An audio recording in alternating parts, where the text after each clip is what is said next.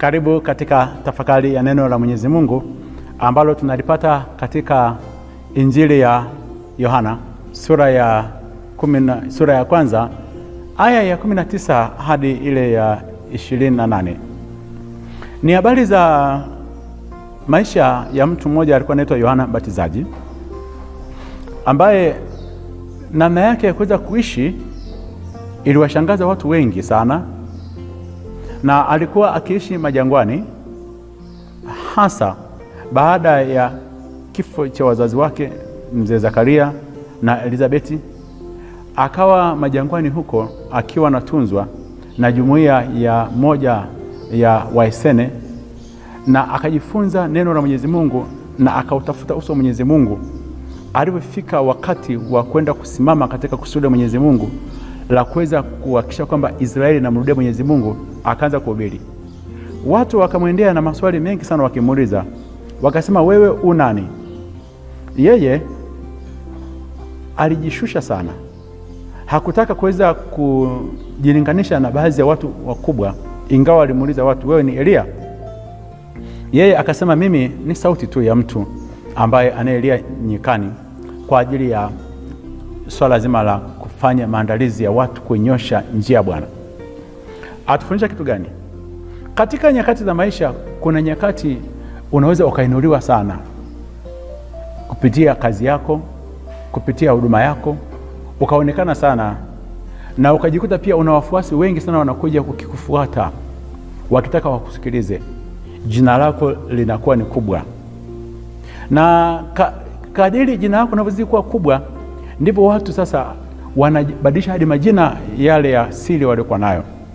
Wanataka kuweza kuwa na majina makubwa sana ya kujitangaza kwamba mimi mtu fulani, papa, bosi mwenyewe, kwa sababu ya mafanikio machache ambayo ameyapata.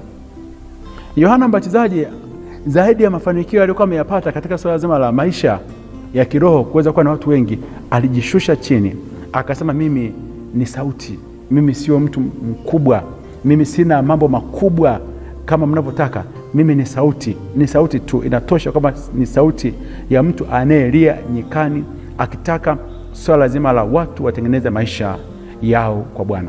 Usipende sana katika swala zima la kuweza kuwa na jina lako lisikike, kujitutumua, kuweza kuwa na jina kubwa, kutaka sifa mbele za watu kwa yale ambayo unaenda kuyafanya.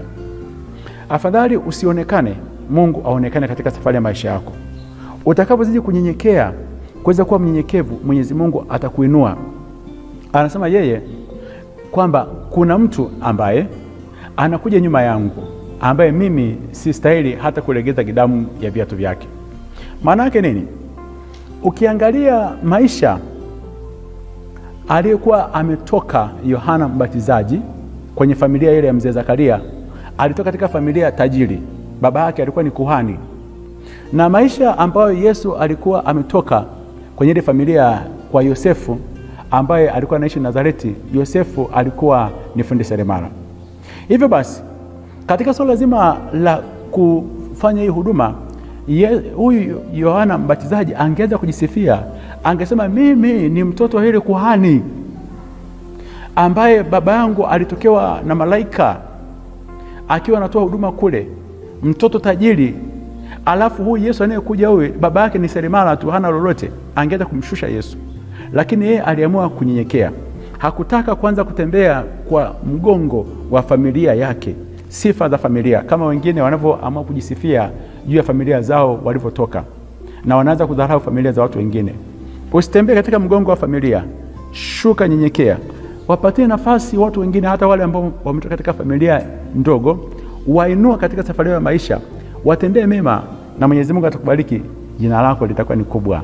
Akubariki na kulinda Mungu Mwenyezi, Baba na Mwana na Roho Mtakatifu. Amina.